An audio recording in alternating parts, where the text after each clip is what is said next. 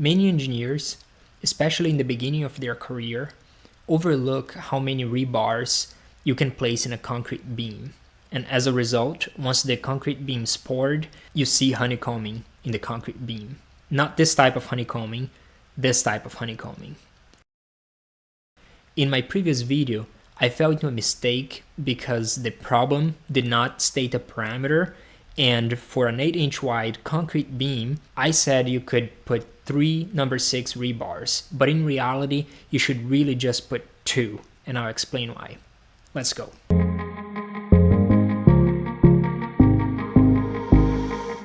In this problem here from my previous video, the question is how many number 6 rebars you can place in an 8-inch wide concrete beam.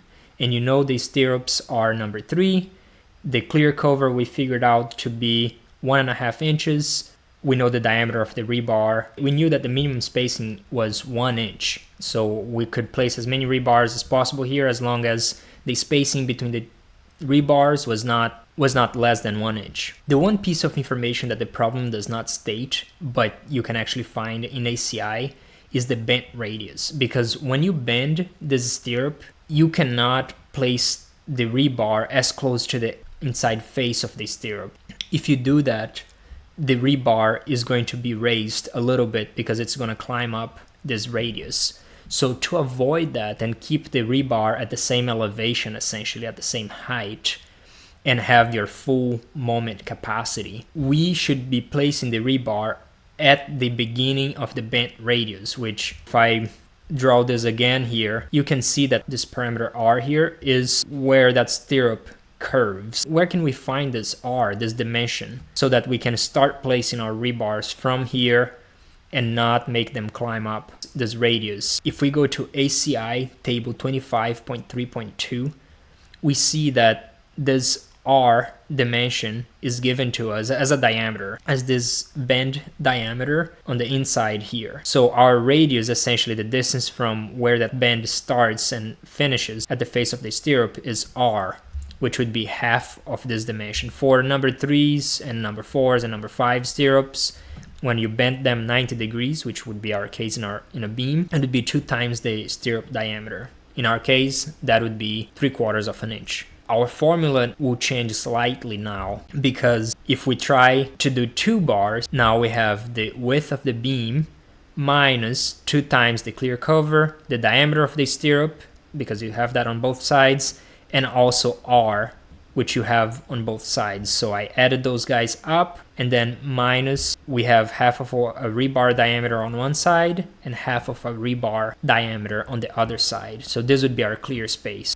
If we solve this here, we have a clear spacing of 2 inches, which is greater than our minimum spacing of 1 inch. So we can place 2 rebars here. Now let's try 3 rebars. When we try 3 rebars, we still have the beam width, which is 8 inches, minus twice these 3 dimensions here, which is all the same, minus, now I don't have 1 rebar diameter, I have 1 plus half here and half here. I have 2 rebar diameters. And then I get 2 clear spacings here, so I divide by 2 to find out what my clear spacing is, which if I plug and chug all of this here, I have 5/8, and this is less than our minimum spacing, so it's no good. Even though our problem did not give us the bent radius in a design task, we would want to use 2 rebars, not 3.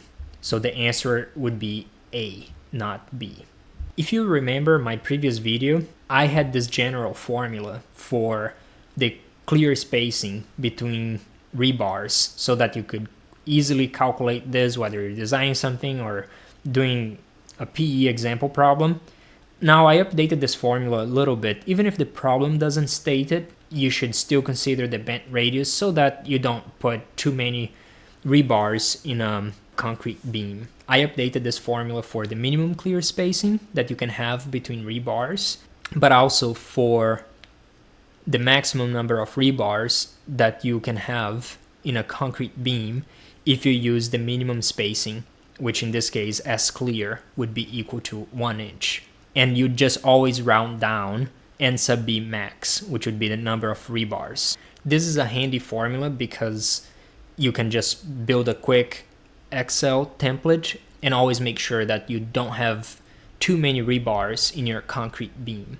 I grabbed this formula and this literature from a few different resources. One of them is actually free. ACI Committee 314 put together this design aid, which is really helpful and has a lot of good concrete resources. If I open it up here, you even have a table for, say, if your clear cover is always 1.5 inches, 3/4 of an inch aggregate and number 3 stirrups used. If you know that your beam is 12 inches wide and you're using number 6 rebars, you can only put 4. This is a quick reference that you can use at work or print it out and take to the PE exam or the SE exam.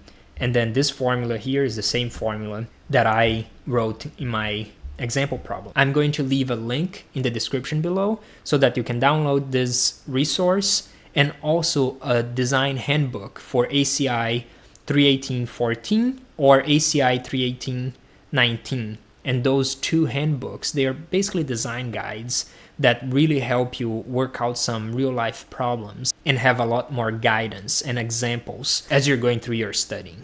I hope you enjoyed this video. With the technical problems in this channel, I hope that I help all of you who are studying for the PE or SE exams and that we all become better engineers. So if you notice anything that's not correct or should be interpreted in a different way, let me know in the comments below and I'll make sure to address it. Thank you, and I'll see you next time.